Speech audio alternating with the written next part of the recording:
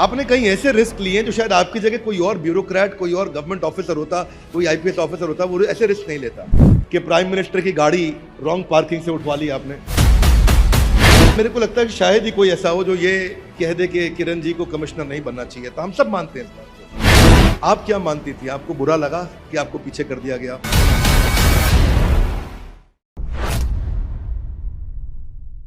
नमस्कार, स्वागत है आप सबका। मैं Vivek Bindra, founder and CEO बड़ा बिजनेस.com। भारत की पहली आईपीएस ऑफिसर किरण बेदी या किरण बेदी, आप इनको जानते हैं। एक ऐसी मानसिक शक्ति इन्होंने प्रदर्शित करी है पीएमओ की क्रेन को टो करके।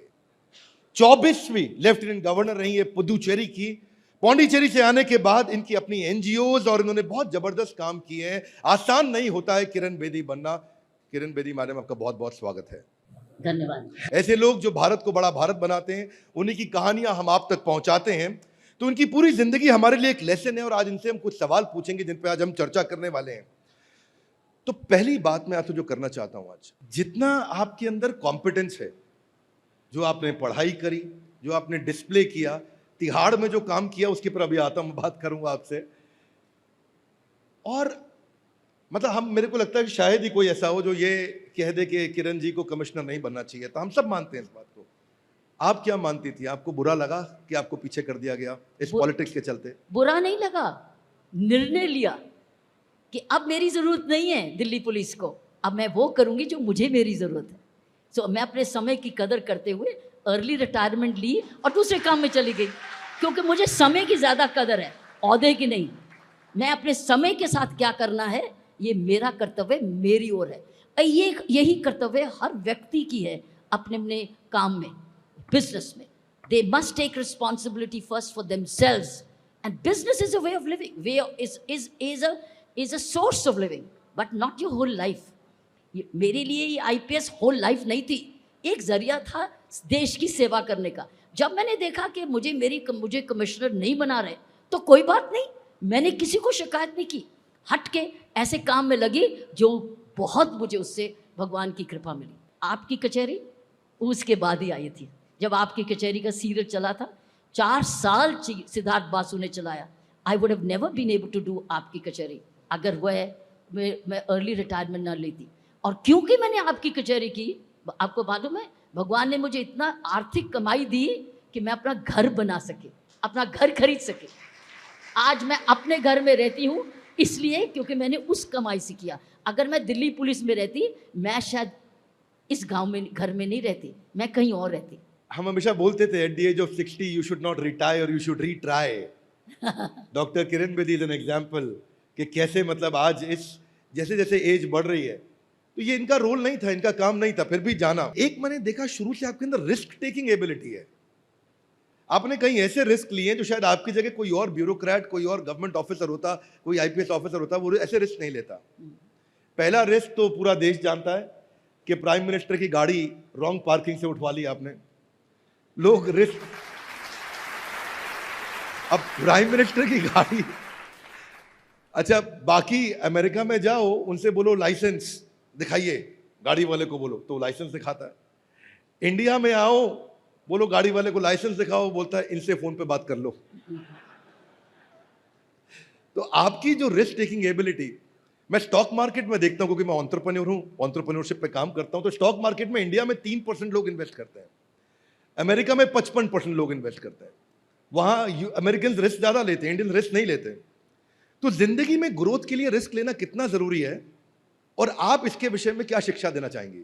जिसको आप रिस्क कह रहे हो, मेरे लिए वो निर्णायक होना जरूरी है। अगर आपने कुछ एक समय पर एक वो निर्णय नहीं लिया, sometimes no decision to cool time, to think time is a decision, it's a decision.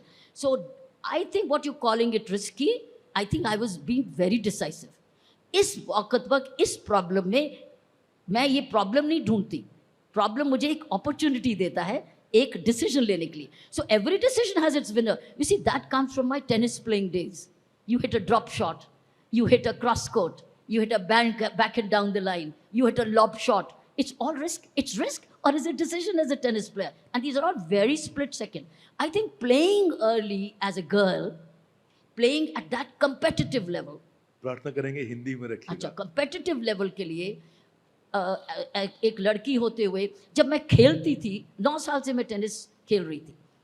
15 साल की टाइम में मैं नेशनल जूनियर चैंपियन बन गई थी और उसके बाद मैं खेलती रही और पढ़ती भी रही। सो मैं समझती हूँ इंसान को निर्णय शुरू छोटी उम्र से, सही निर्णय, सही समय पर निर्णय, सही सलाह से निर्णय, अगर आपको हेल्प है। मैं ये नहीं कि मैं सलाह नहीं लेती, मेरी टीम बड़ी स्ट्रांग है। जहाँ जहाँ भी मैं कामयाब हुई हूँ, एक जो गाड़ी उठी थी प्राइम मिनिस्टर की, वो एक सब इंस्पेक्टर निर्मल सिंह ने उड़ाई थी, मैंने नहीं उठाई थी। मेरा निर्णय सिर्फ ये था, छोड़ना किसी को नहीं, दैट्स ऑल। और जब उसने किया तब मैंने उसको शाबाश दी, ये नहीं कि ये मुसीबत क्या कर दी तुमने। सो ये रिस्क टेक नहीं है, ये being very clear in your जब आप बिल्कुल क्लियर होते हो डिसीजन मेकिंग लिए, तो ये आप रिस्क को ही होता है रिस्क, क्योंकि जो डरता है उसको रिस्क से होता है, जो निर्णायक होता है वो कहता है डिसीजन मेकिंग। पौंडीचेरी में या पुदुचेरी में जब आप थे, तो एक दफा आपने महसूस किया कि वहां पे लोग आपका साथ नहीं दे रहे हैं और आपने बोरिया बिस्तरा समेट के वापस आने का डिसीजन लिया।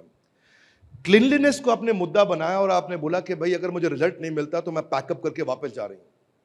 और वहां देखा अचानक लोग सारे के सारे आपके साथ आ गए थे। तो ये आपके अंदर एक अद्भुत कला है लोगों का साथ जीतने की। मैं उस इंसिडेंट के बारे में जानना चाहता हूं। और आप एक पीपल्स गवर्नर बन के निकली। पीपल्स प्रेसिडेंट और पीपल्स गवर्नर बनना आसान नहीं है। नॉर्मली इस पोजीशन को कभी कभी रबर स्टैंप की तरह माना जाता है, पर रबर स्टैंप होने की जगह मुझे लगता है कि वहां के सीएम से ज्यादा पॉपुलर वहां की लेफ्टिनेंट गवर्नर रही हैं। तो मैं आपके पौंडीचेरी के एक्सपीरियंस के बारे में, यानी कि पुदुचेरी के एक्सपीरियंस के बारे में जानना चाहता हूं। देखो, मुझे जब प्रधानमंत्री जी ने लेफ्टिनेंट गवर्नर के लिए ऑफ़र किया, जब बुला के ऑफिस में कि किरण आप लेफ्टिनेंट गवर्नर पुडुचेरी जाना चाहेंगी, ये नहीं कहा जाओ, जाना चाहेंगी, कौन नहीं जाना चाहेगा। तो मैंने कहा बिल्कुल सर, आदर सत्कार से ज़रूर जाना चाहूँगी। तो उन्होंने एक शब्द बोला कि किरण जी वहाँ जाकर पैसे का बहुत ध्यान रखना। अब मुझे मालूम नहीं था कि ये इन्होंने मुझे क्यों बोला। नेचुरली कुछ इसका मतलब वहाँ धांधली हो रही या सही गवर्नेंस नहीं हो रही, पब्लिक एक्सचेकर को सही इस्तेमाल नहीं किया जा रहा। लेकिन तो तब तक स्वच्छ भारत भी शुरू हो चुका था और मैं खुद भी प्रधानमंत्री जी से लेफ्टिनेंट गवर्नर बनने से पहले ही had appointed me as an ambassador of cleanliness, Swachh Bharat. I had already become his ambassador और मैं खुद भी क्लीनलीनेस की बहुत बहुत ज़्यादा पैशनेट हूँ। मेरा टेबल भी क्लीन होना चाहिए, मेरा घर भी, मेरा ऑफिस भी। अब मैं लेफ्टिनेंट गवर्नर बन गई तो अब तो मेरे पास सारा प्रांत है सफाई में देखने का। तो मैं मकसद के लिए गई थी, पर्पस के लिए गई थी, कोई ओहदा को संभालने नहीं गई थी, बैठने नहीं करती ऊंची कुर्सी पर। मैं जिम्मेवारी लेकर गई थी, जिम्मेवारी निभाने गई थी और मैं 100%, मैं ये नहीं सोच के गई थी मैं कितनी देर वहाँ रहूँगी। मैं ये सोच के गई थी एक एक दिन इस पर ऐसे लगेगा जिसमें धांधली नहीं होगी, करप्शन नहीं होगी, वायलेंस नहीं होगी और 100% क्वालिटी ऑफ लाइफ सभी के लिए बराबर हो, रूल ऑफ लॉ होगा। इसलिए मैंने जाते ही एक मिशन स्टेटमेंट दी थी and I said Pondicherry now will become prosperous Puducherry. मैंने मिशन स्टेटमेंट जाते ही दी। मैं वो किस्सा भी जानना चाहता हूं जब लोगों ने आपको वापस लौटने से मना कर दिया, बोला हम आपके साथ खड़े हैं, तो काफी भीड़ हो गई थी, शोर मचा, लोग आपके फेवर में आए, क्या हुआ था उस दिन? आप ठीक कह रहे, याद है कि पहले कुछ 2-3 उन्होंने सीरियसली नहीं लिया जब मैंने कहा कि प्रॉस्परस पुडुचेरी बनेगी। और फिर मेरी आदत है फील्ड की, मैं बहुत फील्ड ओरिएंटेड ऑफिसर हूँ। मैं पुलिसिंग में भी रोज़ सुबह 9 बजे पहुँच जाती थी, 9 बजे। 8 बजे एज ए डीसीपी ट्रैफिक में सड़कों में घूमती थी, तभी तो क्रेनें आई थी। तो जब मैं खुद हर चीज़ खुद देखती थी, फील्ड ओरिएंटेड थी। एज ए लेफ्टिनेंट गवर्नर हर शनिवार इतवार को मैं अपने दफ्तर से हट के उन जगह जाती जहाँ प्रॉब्लम्स हैं। तो मैं शहर जब घूमती थी तो मैं देखती थी कूड़ा ही कूड़ा पड़ा हुआ हर जगह और वहाँ भिन्न भिन्न मक्खियाँ और मच्छर लोग रह रहे। तो मैंने कहा ये तो बर्दाश्त नहीं होगा। मैं राजनिवास में एक स्वच्छ जगह में रहूँ और आम व्यक्ति गंदगी में रहे, वो नहीं होगा। वो नहीं होगा। I was very very angry about it. मुझे बहुत गुस्सा चढ़ा कि ये नहीं होगा, या ये सफाई होगी या मैं यहाँ से चली जाऊँगी, मैं सफाई करवाऊँगी। तो मेरे पास डिटर्मिनेशन थी।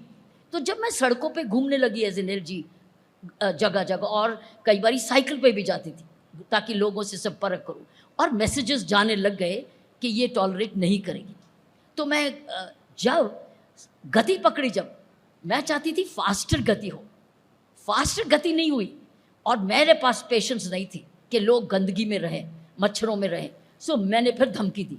मैंने एक जगह, लेकिन वो जो 2 महीने मैंने पहले काम किया था, लोगों को नज़र आने लग गया था कि या तो वाकई में काम हो रहा है, हमें फ़ायदा हो रहा है, हमको नाक बंद करके नहीं चलना पड़ रहा, हमारे यहाँ मच्छर बंद हो गए, ड्रेन साफी, लोग स्टाफ पे आने लगे, लेकिन सब जगह नहीं। तो I don't want to wait, I am not here to wait, I am here to get things done, simple. So धमकी दी फिर। आप बड़े रेस्टलेस नेचर की हैं। हाँ। नॉर्मली गवर्नर की पोजीशन या प्रेसिडेंट की, राष्ट्रपति की पोजीशन थोड़ी पैसिव होती है, और आप लेफ्टिनेंट गवर्नर की पोजीशन में आकर के इतनी एग्रेसिव रही, रेस्टलेस रही। एक कुर्सी पे बैठना आपको अच्छा नहीं लगता, घूमना, मैनेजमेंट बाय मूविंग अराउंड, इससे आप क्या लेसन देना चाहते हैं? एक एंटरप्रेन्योर को भी लेसन मिलता है कि अपने केबिन में मत बैठे रहो, उठ करके घूमो, लोगों से मिलो, उनके साथ टाइम इन्वेस्ट करो, टाइम स्पेंड करो। मैंने बड़ा एग्रेसिव नेचर देखा। वैसे मैं, जिस समय आप दिल्ली में भी पुलिस ऑफिसर थी, उस समय भी नाइट में, रात के समय सिक्योरिटी बनी रहे, तो आपके पास फोर्स कम पड़ रही थी, आपने कम्युनिटी को पार्टनर बनाया। मुझे याद है कि उस समय आपने जितनी वेलफेयर एसोसिएशंस थी, वहाँ यूथ थे, आपने उनको बोला वॉलंटियर बनो, आप आगे आओ। तो मैं उसके बारे में जानना चाहता हूँ, उससे फ़ायदा हुआ क्या? उससे कुछ क्राइम कम हुआ? लोग साथ में आए आपके? देखिए, जितना रिजल्ट चाहते हो उतना आपको काम करना पड़ेगा। ज़्यादा प्रॉफिट चाहते हो एज एन एंटरप्रेन्योर पे, उतना फील्ड में उतरना पड़ेगा। जितना आप एडमिनिस्ट्रेशन अच्छी चाहते हो उतना आपको उतरना पड़ेगा। और मेरे लिए स्काई वॉज द लिमिट। मेरे लिए सारा शहर, सारा देश, सारी पौंडीचेरी, घर घर के बाहर साफ होना चाहिए, स्वच्छ होना चाहिए। मेरा लक्ष्य ये था। माई लक्ष्य वॉज नॉट पार्शियल, माई लक्ष्य was total. It was total, not partial. अच्छा चलो ये कॉलोनी साफ हो गई तो ठीक है, नो, बल्कि जब गरीब की कॉलोनी साफ होगी तब मेरी सफलता होगी, नहीं तो नहीं सफलता हो। सो इसलिए मैं रोज निकलती थी, कोई सैटरडे संडे नहीं। मैं 5 साल बाहर रही हूँ विवेक जी, 5 साल बाहर रही हूँ। गिनती कर लो कितने सैटरडे संडे हैं, उतने मॉर्निंग राउंड पे मैं वहाँ निकली हूँ। गंदगी में, को टैंक में या पॉन्ड में या वेल में या टूटी हुई सड़क में या गलत इमारत में, मैं ढूंढती थी कहाँ जाऊं। क्यों? क्योंकि मेरा था टोटल पौंडीचेरी। बिल्कुल ठीक बात है। पहली बार हमने देखा कि लेफ्टिनेंट गवर्नर इतना एक्शन ओरिएंटेड हो, और लेफ्टिनेंट गवर्नर सैटरडे संडे 5 साल लगातार जाना बाहर, ये थोड़ा अनयूजुअल है। मैं, क्योंकि पौंडीचेरी रिसेंट एक्सपीरियंस रहा आपका, तो मैं पौंडीचेरी से, और प्रधानमंत्री ने आपसे कहा कि जाके पैसों का हिसाब किताब ढंग से देखना किरण जी, पौंडीचेरी में खर्चा, पैसा, बजट ध्यान रखना कि कहीं कोई गड़बड़ ना हो। तो जब आप आए तो आपने क्या परिवर्तन लाया? आपने कोई फाइनेंशियल प्लानिंग करी, कोई बजटिंग करी, कोई एक्सपेंडिचर्स कंट्रोल किए? पैसों में आपने क्या परिवर्तन लेकर के आए? जो भी फाइल मेरे सामने आई उसमें मैंने सूंघने की कोशिश की, इसमें बदबू कितनी है, हर फाइल में बदबू कितनी है, उस बदबू की सफाई की। एक एक फाइल करके स्टेज ऐसी आ गई कि वहाँ का उस दिन का चीफ सेक्रेटरी ने मुझे फाइलें भेजनी बंद कर दी। उसने देख रहा है तो सूंघती है ये, तो ये क्योंकि फाइनेंशियल पावर्स लेफ्टिनेंट गवर्नर के पास थी। और आपको पता है मुझे उस चीफ सेक्रेटरी को हटवाना पड़ा। मैंने प्रधानमंत्री जी को रिक्वेस्ट की कि सर या तो इसको रखो या वापस मुझे बुला लीजिए, आपने मुझे भेजा था, तो ये तो आदमी मुझे फाइलें ही नहीं भेज रहा। एंड ही वॉज रिमूव्ड, और एक ईमानदार चीफ सेक्रेटरी अश्विनी कुमार को भेजा गया, जो अभी अभी हाल में वापस दिल्ली आए हैं। सो ये मैं कहना चाहती हूँ। सो जिसको मैंने हटवाया उसका नाम नहीं दे रही, लेकिन जिसको मैंने बुलवाया और प्रधानमंत्री जी ने भेजा उसका नाम है अश्विनी कुमार, IAS ऑफिसर, ईमानदार टू द पॉइंट। सो जब ये मैसेज था तो हर फाइल में पता चला कि तो अब्यूज ऑफ पावर है, ये तो कॉन्ट्रैक्चुअल पावर है। नॉमिनेशन पे दे रहे हैं इतने सारे कॉन्ट्रैक्ट्स, नॉमिनेशन पे जब आप, और जय आने के बाद तो बदल ही गया जब मार्केट ओपन हो गई, लेकिन उससे पहले बेहद बेईमानी थी। इसलिए मैंने किताब में 100% लिखा एविडेंस बेस्ड पे। मैंने सुनी सुनाई नहीं बात कर रही, जो मैंने ग्रांट्स इन एड गवर्नमेंट की करोड़ों रुपए की आ रही थी, वो grants in aid dead factories को दे रहे थे ताकि वो वोट बैंक बना रहे। हमारा वोट बैंक, इसको हम हटाए नहीं और हमें इलेक्शन दे दे, जब काम नहीं कोई कर रहे, प्रोडक्शन जीरो है और डेड फैक्ट्री है, मशीनरी खत्म है, आप किस बात की ग्रांट दे रहे हो? और चार्टर ये कहता था कि जब आप ग्रांट इन एड देंगे, उनसे पूछेंगे तुम्हारा मार्केटिंग प्लान क्या है, तुम्हारा लक्ष्य क्या है और तुम्हारा रिवाइवल प्लान क्या है। Without any plan they were asking me to clear the grant in aid files. I refused to clear, whereas it was not done in the, that was wastage of money। तो वो court में भी गए, court में कुछ नहीं उनको मिला उसमें। उन्होंने कहा जो पावर्स लेफ्टिनेंट गवर्नर के पास है, she is the incharge of the consolidated fund of Puducherry, she is alone. तो पहले नहीं फाइल भेज रहे थे ग्रांट इन एड। जब मैंने कहा कि मेरी पावर है, फाइल कहाँ जी, वो चीफ सेक्रेटरी नहीं भेज रहा था। तो जब मैंने मांगवानी शुरू करी, मेरे ऑफिस ने कहा मैम इतना सारा काम बढ़ जाएगा, इतनी सारी फाइलें आएंगी ग्रांट इन एड की। मैंने कहा खड़े होके फाइलें क्लियर करेंगे, लेकिन पैसे कोई बेईमानी बंद करेंगे। And it worked. Tihar jail में कम बजट होते हुए भी जो रेवोल्यूशन आपने दिखाया करके, जो काया पलट करी आपने, उसमें से अगर हमें कुछ अपने एक्सपीरियंस से शेयर करना चाहें, जहां से हमारे लिए एक लर्निंग लेसन हो। आप बड़ी ईमानदार रही हैं, ये बहुत समस्या है, और इसी चक्कर में कई बार जो आप डिजर्व करती हैं वो आपको जानबूझ के नहीं दिया जाता है। क्या लगता है अब आपके ऊपर एक बायोपिक बननी चाहिए, किसी से बातचीत चल रही है, आपका क्या विचार है?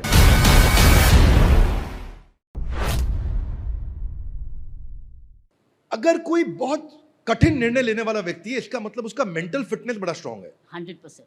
वो माइंड से बड़ा पावरफुल है। देखो कोई ये सारी चीजें जो है ना, बाकी कहीं से नहीं यहीं से होती हैं, मानते हैं आप लोग?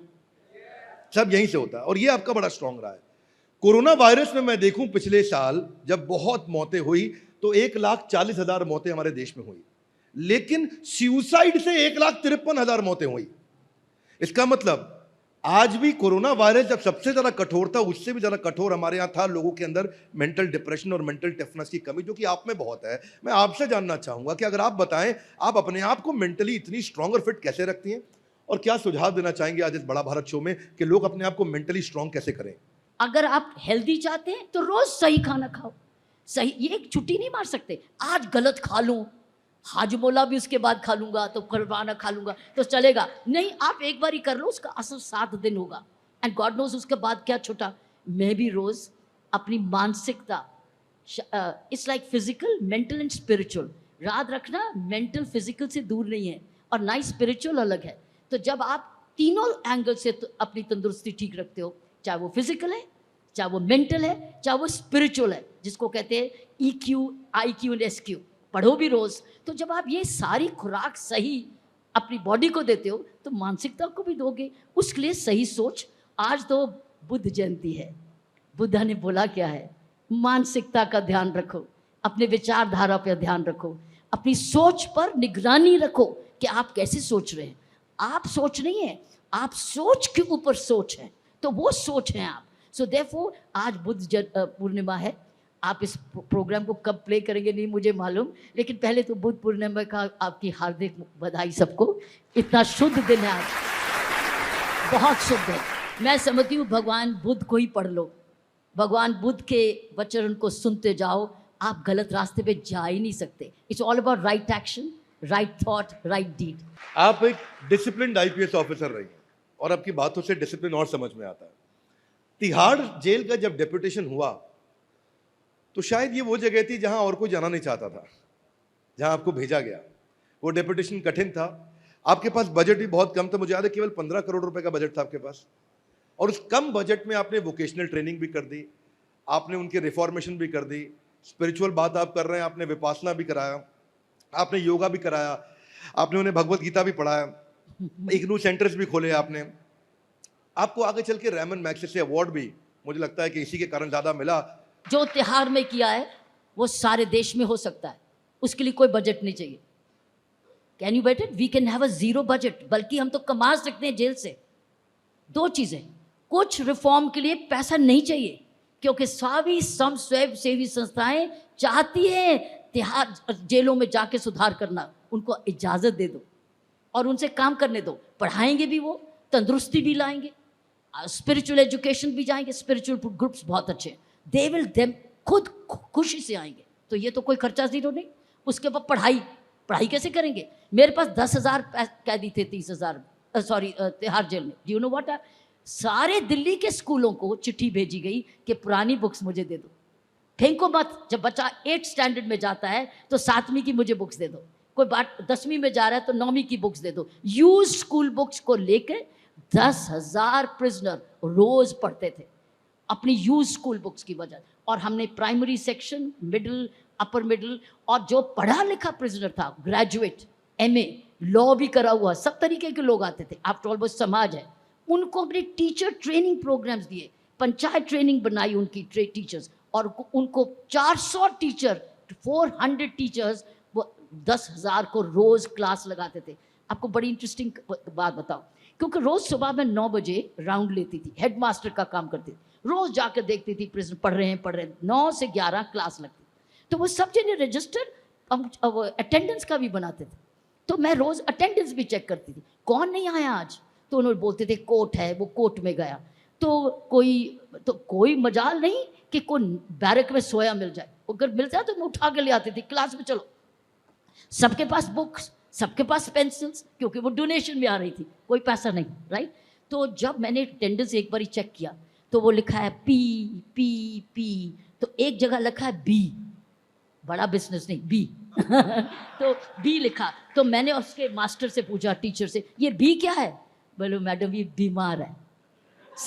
तो बीमार होगा मेडिकल कॉलेज हॉस्टल में। सो ये भी यहाँ तक अटेंडेंस लगती थी। सो 10,000 प्रिजनर्स, कई अनपढ़ थे, अंगूठा छाप थे, जाने वक्त सिग्नेचर करके गए। इतनी ज्यादा लिटरेसी प्रोग्राम है। सो कुछ भी नहीं, कुछ खर्चा नहीं किया। एक, we can do these reforms by allowing corporates inclusive. अगर प्रिजन रिफॉर्म्स को हम इंक्लूसिव बना दें, NGOs को जाएं, कोई बजट देने की जरूरत नहीं, सबके पास एजुकेशन का कॉर्पोरेट सोशल रिस्पॉन्सिबिलिटी है। और ये कुछ 1.5-2 लाख की पॉपुलेशन है, सबको शिक्षित कर सकते हैं, सबको स्किल डेवलपमेंट कर सकते हैं। इतनी स्किलिंग की बात करते हैं आज सरकार, स्किल यही कर सकते हैं। तो स्किलिंग भी हो गई, और जब वो बाहर निकले तब नेचुरली वो भिखारी नहीं होंगे, अनएम्प्लॉयड नहीं होंगे, वो काम करने लग जाएंगे, और उनकी प्लेसमेंट भी हो सकी। हम प्लेसमेंट करने को तैयार हैं उनकी, इनफैक्ट हम कर रहे हैं। जो रिलीज हो रहे हैं मेरे प्रिजनर्स प्रोग्राम से, हम उनकी प्लेसमेंट सब कर रहे हैं, और हम उनका विश्वास दे रहे हैं कि ये आदमी व्यक्ति अच्छा है, इसको काम कर देखो मौका। मेरी संस्था ने खुद भी री एम्प्लॉय किए। सो हम एक्सपेरिमेंट कर चुके हैं। जिसको आपने पढ़ा दिया ठीक से, जिसको आपने शिक्षा ऐसे दे दी, और साथ में उसको विश्वास दे दिया कि हम खड़े हैं, अब तुम धोखा मत करना। लोग स्टार्टअप शुरू कर रहे हैं हमारे देश में। आप वो स्टार्टअप शुरू करती हैं जिसमें कोई सीड कैपिटल, कोई फंड की जरूरत नहीं, जीरो बजट से स्टार्टअप आप शुरू करती हैं। एंटरप्रेन्योरियल माइंडसेट रहा है आपका IPS ऑफिसर होते हुए भी, लेकिन आप बड़ी ईमानदार रही हैं। ये बहुत समस्या है। समस्या इसलिए है क्योंकि ईमानदार आदमी से सरकार में लोग दूर रहना चाहते हैं, और इसी चक्कर में कई बार जो आप डिजर्व करती हैं वो आपको जानबूझ के नहीं दिया जाता है। जो आप डिजर्व करती हैं, इनको लगता है यार ये वो हैं जो अपनों में ही कमियां निकाल करके सबके सामने ले आएंगे। उस चक्कर में दिल्ली में जो हुआ हमने देखा, और बाद में जब बीजेपी की तरफ से आप इलेक्शन लड़ने आए दिल्ली में मुख्यमंत्री का, तो हमने महसूस किया कि लोगों ने आपका साथ भी कम दिया। फिर भी आप बाउंस बैक करती हैं, फिर भी आपका मोटिवेशन लेवल बना रहता है। तो ये जो है ना, बाउंस बैक पे हम भी बहुत बात करते हैं। आज हम आपसे चाहते हैं आप बाउंस बैक पे बात करें कि ये बाउंस बैक करने की एबिलिटी आप में महिला होते हुए और इतना अगेंस्ट एनवायरनमेंट होते हुए कैसे आता है। इसके विषय में आप बताएं कि आप क्या सोचती हैं जब कहीं बार नीचे गिरे फिर आप उठ के खड़े होते हैं, फिर आगे बढ़ते हैं। तो ये काबिलियत के लिए आप कुछ हमें शिक्षा दीजिए। ये छोटी उम्र में जब आप खिलाड़ी होते हो तो आप बाउंस बैक ही तो करते हो। हर मैच तो नहीं जीतते, हर मैच तो नहीं जीतते। लेकिन हारे हुए से आप जीतते हो, क्योंकि आप समझ जाते हो कि आप हारे क्यों। So let treat the life as a game. Treat life को एक गेम समझो। आप जीतोगे भी, हारोगे भी, लेकिन हार के गिर नहीं जाओ। मैं सक्सेसफुल आदमी वो है जो गिरा हुआ फिर से उठता है और कहता है मैं दोबारा खेलने को तैयार हूँ, और लेसन लर्न करता है कि अगर मैंने पहले कोई गलती की थी तो मैं गलती ना करूँ। या ये मेरे हाथ में नहीं था निर्णय, जैसे पुलिस कमिश्नर का अपॉइंटमेंट करना निर्णय मेरे हाथ में नहीं था। मुझे उस पर रोने का क्या फ़ायदा, क्योंकि मेरी गलती से तो नहीं हो। उन्होंने गलती की, वो भुगतो, मैं तो दूसरे काम पे जाऊंगी। अगर चीफ मिनिस्टर आपने मुझे दिल्ली ने नहीं इलेक्ट किया तो प्रॉब्लम आपकी, मेरी थोड़ी, मेरे पास दूसरे काम भी हैं। तो इसलिए कभी भी कोई चीज़ नहीं मिली आपको, ये देखो ये मेरी गलती से हुआ कि दूसरे ने फैसला किया। अगर दूसरे की वजह से है तो छोड़ दो, अगर अपनी गलती से तो लेसन लर्न करो, आगे चलो। आप बहुत पढ़ती भी रही हैं और उसको एग्जीक्यूट भी करती रही हैं। आपका स्पीड ऑफ एग्जीक्यूशन ज्यादा रहा है हमेशा औरों के मुकाबले। इसके बाद आपने वो सारे ज्ञान को, सार को अपनी किताबों में भी लिखा। आपने कई बहुत अच्छी किताबें लिखी हैं, इट्स ऑलवेज पॉसिबल और dare to do, what went wrong. आपकी फेवरेट किताब कौन सी है जिसको आज हम सजेस्ट भी करेंगे सबको पढ़ने के लिए? और उस फेवरेट किताब का फेवरेट सेक्शन कौन सा है, अगर उसमें तो कुछ शेयर करना चाहते हैं? मेरी बुक का? जी। मेरी बुक तो पढ़े या ना पढ़े, नेपोलियन हिल की थिंक एंड ग्रो रिच जरूर पढ़ लो, क्योंकि आपके लिए वो है, आप एंटरप्रेन्योरशिप के लिए है। मेरी बुक पढ़ो या ना कोई पढ़ो, मुझे नहीं फर्क पड़ता, लेकिन आप थिंक एंड ग्रो रिच जरूर पढ़ो, क्योंकि आप सब जिन्हें फिर यूनिकॉर्न बन सकते हैं। आप ऐसा कर सकते हैं अगर उसके प्रिंसिपल्स को आप फॉलो करो। मेरा मकसद ये है कि आप सब जिन्हें यूनिकॉर्न बने। देखिए, आपकी ईमानदारी के उदाहरण अगर किसी को इस वीडियो में भी ना समझ में आए तो कहाँ समझ में आएंगे? जहाँ मौका मिलता है इंसान को अपनी किताब की बात करने का, वहाँ भी आप पीछे हट के, तो आपसे बहुत सीखने को मिलता है। आज मैं चाहता हूँ आप सबको एम्पावर करने के लिए, एंटरप्रेन्योर्स को अगर अपनी जिंदगी के निचोड़ में से एक लेसन देना चाहें तो क्या एक लेसन देंगे? आज के एंटरप्रेन्योर के, आपका पूरा जीवन लेसन है अपने आप में, पर उसमें से अगर आपको कुछ सिलेक्ट करना हो कि भाई ये मेरा लेसन है, वो क्या होगा? एक ही लेसन है, अच्छे इंसान बने रहो, अच्छा इंसान बनो, वो आपकी बुनियाद है, उसी में सब कुछ है। जब आप अच्छे इंसान होते तो अच्छा सोचते हो, अच्छा करते हो, राइट? अच्छा खाते हो, अच्छा पीते हो, अच्छा कमाते हो, अच्छा सोच भला करते हो, और याद भी रहते हो, लीडर भी बन जाते हो, क्योंकि आप इन्फ्लुएंस करते हो। सो अच्छा इंसान बनो। जब आपकी बुनियाद स्ट्रांग है तो आप जो मर्जी मल्टी स्टोरी बनाते रहो, आपकी बुनियाद उसको लेती रहेगी। तो उसके बाद आपके कर्तव्य हैं, आपके कार्य हैं, आपके कर्म हैं। सो अच्छा इंसान, ऊपर से अच्छे कर्म। मैं कहा ये बुद्ध का यही मैसेज था, भगवान बुद्ध का यही कहते थे कि अच्छा कर्म करो और अच्छा इंसान बनो।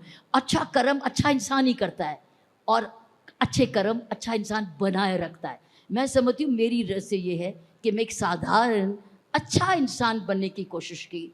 उसके बाद मैंने वर्दी पहनी या एलजी की कुर्सी पे बैठी, मैंने सिर्फ इंसानियत निभाई। आपको शायद मालूम नहीं, जब मैंने आईपीएस का फॉर्म भरा था, 21 साल की थी, तो उसमें फॉर्म में कॉलम होता है रिलीजन, आपका धर्म क्या है। आपको पता है मैंने धर्म में क्या लिखा? ना हिंदू लिखा, ना मुस्लिम, ना सिख, ईसाई। जबकि मेरी नानी सिख है, मेरे पेरेंट्स हिंदू हैं, मेरा स्कूल कैथोलिक है। मैंने हिंदू मुस्लिम नहीं लिखा या सिख, मैंने लिखा मानवता। तेरा धर्म था मानवता। अगर मानवता में मैं अव्वल हूँ तो मैं कामयाब हूँ। अगर मैं किसी को दुख देती हूँ, किसी को छल कपट करती हूँ, किसी को धोखा करती हूँ, किसी को इस्तेमाल करती हूँ, then I am basically unhappy. That's why मैं अंदर से बहुत खुश हूँ, संतुष्ट हूँ, ईश्वर का धन्यवाद करती हूँ, उसने मेरे में मानवता जागृत रखी। बहुत सुंदर किरण जी, बहुत बहुत बहुत इच्छा होती है कि आपसे लंबी बात करें। आप एक आयरन लेडी हैं। आपका बचपन के टेनिस के एक्सपीरियंस को जब आपने बताया, बाउंस बैक करने की एबिलिटी से मैं बहुत रिलेट भी कर पाया। देश की पहली महिला आईपीएस ऑफिसर, आपने वो करके दिखाया जो पहली बार कई लोगों ने नहीं किया। तो आप एक बहुत बड़ी इंस्पिरेशन है, और ऐसे ही लोगों की कहानी हम बड़ा भारत शो में लाते हैं, जो भारत को बड़ा बनाते हैं। आपने भारत को वास्तव रूप में बड़ा बनाया है, और आप बहुत बड़ी इंस्पिरेशन है। आप एक ऐसी ऑफिसर रही हैं जिन्होंने कई अवार्ड जीते हैं, और रैमन मैग्सेसे अवार्ड उनमें से बड़ा इंपॉर्टेंट रहा है। लेकिन साथ साथ आज भी आप अपनी एनजीओ के माध्यम से बहुत काम कर रहे हैं। तो मैं आपको बहुत धन्यवाद करना चाहता हूं, आप हमारे बड़ा भारत शो में आए। एनजीओ की बात करो ना? जी जरूर। तो देखो, आप बड़ा बिजनेस करते हो, मेरी एनजीओ के साथ छोटा बिजनेस कर लो।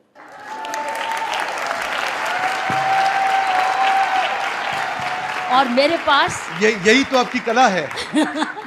छोटा बिजनेस का, ऐसे छोटा बिजनेस का मतलब जो 7 जमात पढ़ा, 8 जमात, लेकिन हाथ में कुछ हुनर है, या उसको छोटी सीड मनी चाहिए, या उसको कोई एंटरप्राइज चाहिए। तो मेरे पास बहुत सारी पॉपुलेशन है, गांव में भी है, झुग्गी झोंपड़ियों में भी है, उनको हम शिक्षित कर चुके हैं। लेकिन आगे का क्या, लास्ट माइल नहीं है। उनके लिए हम एक ऐसा ग्रुप बनाएं जिसको कहते हैं छोटा बिजनेस। तो छोटे बिजनेस से उनको कमाऊ बना दें, कमाते कमाते पढ़ लिख जाएंगे और तरक्की करते जाएंगे और इनकी बैकअप बन जाएंगे वो, क्योंकि वो लेबर फोर्स भी है, तो इनकी बैकअप बन जाएगा छोटा बिजनेस टू बड़ा बिजनेस। तो इनको ऐसे लोग मिलेंगे जो डेटा एंट्री कर रहे हैं, जो डेटा एंट्री कर रहे हैं, राइट, जो डेटा एंट्री कर रहे हैं, डेटा एंट्री कर रहे हैं, जो कंप्यूटर में छोटा डिजाइनिंग कर पाते हैं या छोटी कोडिंग करते हैं, वो मेरे पास है। जो कोडिंग कर रहा है, डेटा एंट्री है, उसने तो ये पूरे भारत में है या दिल्ली में है? नॉर्थन इंडिया में, नॉर्थन मेरे इंडिया में। लेकिन आप तो सारे भारत में है ना, तो आप छोटा बिजनेस खोलो, उसका भी भला करो। और आपको तो भगवान ने इतना कुछ दिया है, जी। तो फिर क्या होगा, मेरी देश की गरीबी और अनएम्प्लॉयमेंट भाग जाएगी, ये छोटे बिजनेस से। धन्यवाद, थैंक यू। तो आज बुद्ध पूर्णिमा का दिन है, अच्छा दिन है, और डॉक्टर किरण बेदी का हमारे को आदेश भी है, तो हम आपके साथ में आपके कम से कम 5,000 ऐसे लोगों को उनकी पढ़ाई को स्पॉन्सर करेंगे और उनकी एंटरप्रेन्योरशिप की एजुकेशन को स्पॉन्सर करेंगे। अगर मैं मंच पे सबके सामने कह रहा हूँ तो मुझे और अकाउंटेबल हो गया हूँ। मैं अकेले में भी कह सकता था, पर मेरी अकाउंटेबिलिटी बढ़े, जिम्मेदारी बढ़े और मैं पूरा करूँ। और हमारे को नॉर्थ इंडिया में हमारे सारे ऑफिस में लगभग इस समय 650-700 लोगों की एम्प्लॉयमेंट की रिक्वायरमेंट भी है। तो मैं प्रयास करूंगा कि हम उनको ट्रेन करके उनका रिज्यूमे बनाएं और उनका इंटरव्यू लें, और अगर 700 में से कुछ लोग वहां से हम हायर कर सकें और उनको अपने साथ जॉब दे सकें तो हमें बहुत खुशी तो होगी। इसका मतलब एक सिस्टम बनाए, we can create a system by which we will, हम आपको बच्चे, एलिजिबल बच्चे जी। दें, आप उनको आगे ले जाएं ताकि वो छोटा बिजनेस शुरू यही करके ब्रांच के बड़े हेड पे हैं, चले यही जाएं। लोग हायर करेंगे हमारे साथ में। तो किरण जी, यही आपकी खूबी है, यही आपकी काबिलियत है। आपको जहां मौका दिखता है, जहां अवसर दिखता है, आप लोगों को जोड़ देती हैं। आपने अपना फायदा नहीं देखा, देश का, दिखता समाज है का। कि आपने दिया है। देखिए, सवाल उठता है कि आपने दिया या मुझे दिखा। आपने दिया, मैंने लिया। ये मौका शायद हम खो लेते अगर। तो आप जो है पॉसिबिलिटी स्कैनर है। अमूमन ऑफिसर्स डिफिकल्टी स्कैनर होते हैं, उनको डिफिकल्टी दिखती है, आपको पॉसिबिलिटी दिखती है, और वही पॉसिबिलिटीज आपको आज इतना आगे और इतना सम्माननीय बनाया। शायद ही मुझे लगता है हमारे देश में किसी पुलिस ऑफिसर का इतना सम्मान होता हो जितना आज भी। और मैं आपको वादा करता हूं, ये इस शरीर छोड़ने के बाद, संसार से जाने के बाद भी शायद ही कोई दोबारा किरण बेदी आएंगी जिनको इतना सम्मान दिया जाएगा जितना सम्मान से देश आपको आज देखता है। ये आपने अर्न किया है। तो मैं धन्यवाद करता हूं किरण बेदी जी का।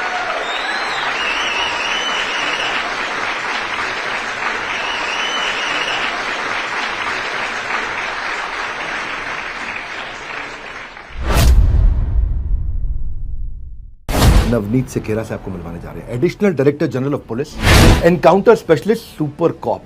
क्रिमिनल्स इनके नाम से आज भी थर थर कांपते हैं। कौन है नवनीत सिकेरा? जो ऑन द स्पॉट गोली चलाता है, या चींटी की भी जान बचाने में जो इतना हेजिटेट करता है कि पानी ना चला दूं तेज, कहीं चींटी मर जाए? नवनीत सिकेरा कौन है? कभी ऐसा हुआ है कि किसी का एनकाउंटर करने के बाद आपको बहुत दुख हुआ हो, आप रो पड़े हो, गलत हो गया मुझसे, इसकी जरूरत नहीं थी?